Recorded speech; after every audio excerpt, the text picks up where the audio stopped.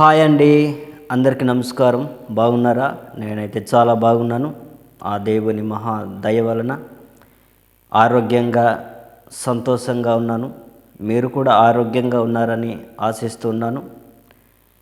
ఈ వీడియో ద్వారా మనము ఒక మంచి విషయం నేర్చుకుందాం.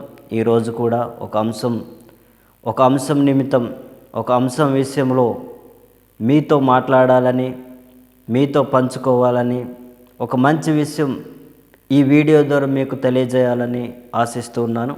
ఆ యొక్క విషయం ఏమిటంటే, సమయానికి మూత్ర విసర్జన చేయకపోతే ఎలాంటి సమస్యలు వస్తాయి. చాలామంది మూత్ర విసర్జన వచ్చినప్పుడు ఆపేసుకుంటారు. చాలాసేపు ఆపుకొని మూత్ర విసర్జన చేయడానికి ఇష్టపడరు. ఏదో పని విషయంలో ఏదో పని చేస్తూ ఉన్నప్పుడు ఏం చేస్తారంటే, వెళ్ళాల్సిన టైంలో మూత్ర విసర్జన చేయాల్సిన సమయంలో చేయక ఆపేసుకుంటారనమాట. కాబట్టి ఈరోజు మనం నేర్చుకోవాల్సినటువంటి ప్రాముఖ్యమైన విషయం ఏమిటంటే, సమయానికి మూత్ర విసర్జన చేయకపోతే ఎలాంటి నష్టాలు, ఎలాంటి ఇబ్బందులు, ఎలాంటి రోగాలు మన శరీరానికి వచ్చే అవకాశాలు ఉంటాయో మనం నేర్చుకుందాం. సమయానికి మూత్ర విసర్జన చేయకపోవడం లేదా ఆపుకోవడం వలన మూత్రాశయము బలహీనపడుతుందంట. అంటే చాలామంది ఆలోచిస్తూ ఉంటారు, మూత్ర విసర్జన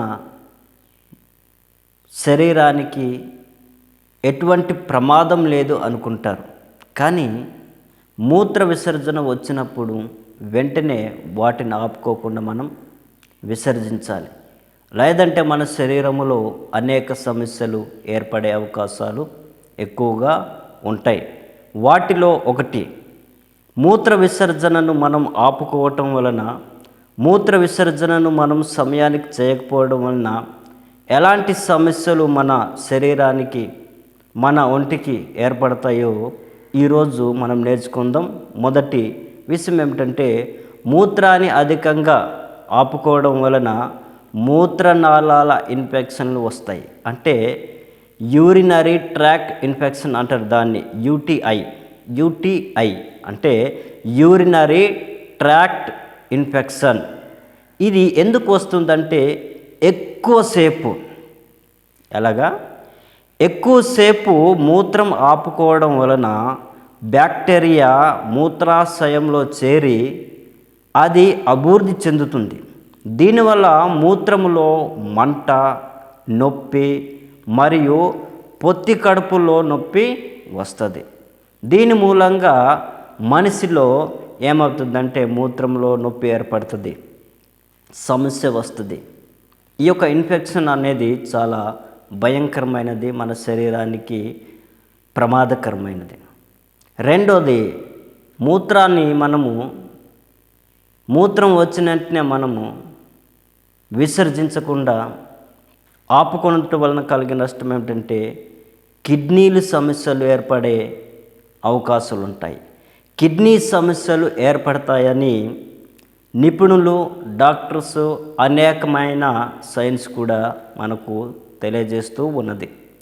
మూత్రాశయం నిండిపోతే మూత్రం వెనక్కి కిడ్నీల వైపు ప్రవహించే ప్రమాదం ఉంది. ఇది కిడ్నీల వైపు తీవ్రమైన ఒత్తిడిని పెంచి వాపు లేదా శాశ్వత నష్టాన్ని కలిగించే అవకాశము ఉంటుంది. కాబట్టి మూత్రాశయం నిండక ముందే వాటిని మనము విసర్జించాలి. ఎప్పుడు కూడా గంటల తరబడి మనం మూత్రాశయాన్ని ఆపుకునే పరిస్థితిలో మనము ఉండకూడదు. ఆ తర్వాత మూత్రాశయం బలహీనపడుతుంది. తరచూ ఇలా చేయడం వల్ల, అంటే ఎక్కువగా మూత్రాశయాన్ని గంటల కొలది ఆపుకోవడం వల్ల మూత్రాశయం యొక్క కండరాలు సాగిపోయి దాని యొక్క సహజ ఆకారాన్ని, శక్తిని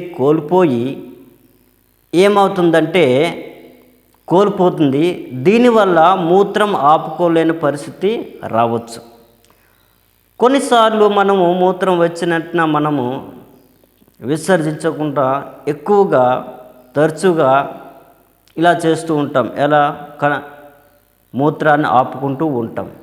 ఈ మూత్రాన్ని ఆపుకోవడం వలన మూత్రాశయం యొక్క కండరాలు సాగిపోతాయి. దాని సహజ శక్తిని కోల్పోతాయి. దీనివల్ల మూత్రం ఆపుకోలేని పరిస్థితి మనలో ఎక్కువగా ఏర్పడే అవకాశము ఉంటుంది. ఆ తర్వాత మూత్ర విసర్జన ఆగిపోయే అవకాశాలు కూడా ఎక్కువగా ఉంటాయి. ఎక్కువసేపు ఆపుకోవడం అలవాటు చేసుకుంటే మూత్రాశయం కండరాలు సడలక మూత్ర విసర్జన చేయడానికి ప్రయత్నించినా కూడా రాదు. ఇది అత్యవసర వైద్య పరిస్థితికి దారితీసే అవకాశాలు ఉంటాయి. కాబట్టి ఎక్కువసేపు కూడా మనము మూత్రంను ఆపుకోవడం అలవాటు చేసుకోకూడదు. మూత్రాన్ని ఆపుకోవడం అలవాటు చేసుకుంటే కండరాలు సడలక మూత్ర విసర్జన చేయడానికి కూడా అవకాశము ఉండదు. మూత్రము విసర్జించాలని మనము అనుకున్నా కానీ విసర్జించలేని స్థితి మన శరీరంలో ఏర్పడుతూ ఉన్నది. ఆ తర్వాత మూత్రంలో రాళ్ళు ఏర్పడే అవకాశము ఉంటుంది. ఆపుకున్న మూత్రంలో లవణాలు పేరుకుపోయి స్ఫటికాలుగా ఏర్పడి చివరిగా రాళ్ళుగా మారవచ్చు. ఆపుకున్న మూత్రములో లవణాలు ఏర్పడతాయి, పేరుకుపోతాయి. కాబట్టి అవి స్ఫటికాలుగా మారి చివరికి రాళ్ళుగా మారవచ్చు.